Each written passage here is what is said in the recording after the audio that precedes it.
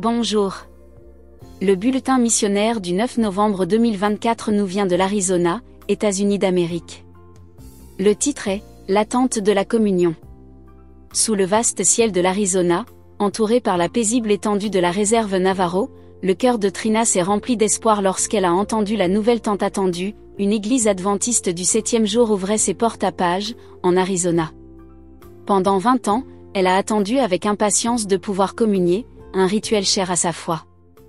Elle avait attendu, prié et espéré qu'un jour, son lien avec cette tradition sacrée serait rétabli. Dès le premier sabbat, Trina est arrivée dans la nouvelle église, le cœur battant d'impatience.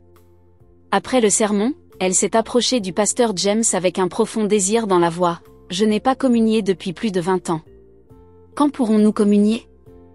Le cœur du pasteur James se serra, il savait qu'ils avaient si peu à offrir dans cette nouvelle église à peine équipée. Il expliqua doucement, « Nous n'avons pas l'équipement nécessaire pour l'instant. » Cette église était un miracle en soi, un bâtiment acquis uniquement grâce au soutien d'une offrande du 13e sabbat. Il s'agissait d'un humble sanctuaire qui avait besoin d'être réparé et qui manquait même de l'essentiel. Mais la détermination de Trina était inébranlable. Ses yeux brillent de détermination lorsqu'elle répond, « Je vais voir ce que je peux faire. » De quoi avons-nous besoin ?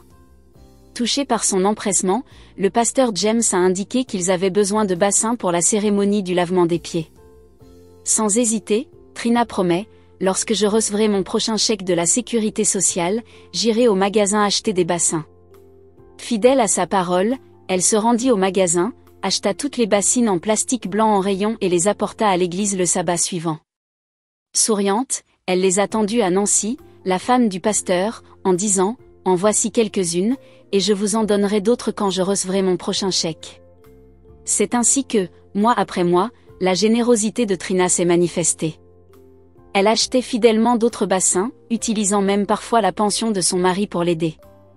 Il n'allait pas à l'église, mais il soutenait sa mission de tout cœur. Au bout de 3 mois, elle dit triomphalement au pasteur James, « J'ai apporté assez de bassins. Pouvons-nous maintenant communier ?» Mais il restait encore beaucoup à faire. Ils avaient besoin de serviettes. Sans hésiter, Trina a dit, « Je vais voir ce que nous pouvons faire à ce sujet. » Le mois suivant, elle a apporté suffisamment de serviettes blanches pour l'assembler. Finalement, il ne resta plus que les plateaux de communion. Lorsqu'une autre église adventiste a entendu parler de leurs besoins, elle a fait don d'un plateau de communion, complétant ainsi la vision de Trina pour ce premier service sacré. Alors que la femme du pasteur préparait le pain de communion, la congrégation s'est rassemblée pour célébrer la communion pour la première fois à l'église adventiste du 7e jour, Page aux Nations. Avec une profonde gratitude, Trina a participé à la cérémonie qui lui avait échappé depuis si longtemps. Son visage rayonnait de joie lorsqu'elle a déclaré, « J'ai toujours aimé la communion. » En y participant, vous faites savoir à Jésus combien vous l'aimez et combien vous appréciez l'aide qu'il vous a apportée. Par ces actes de dévotion simples et inébranlables, Trina a rapproché sa communauté du cœur de la foi, un bassin et une serviette à la fois.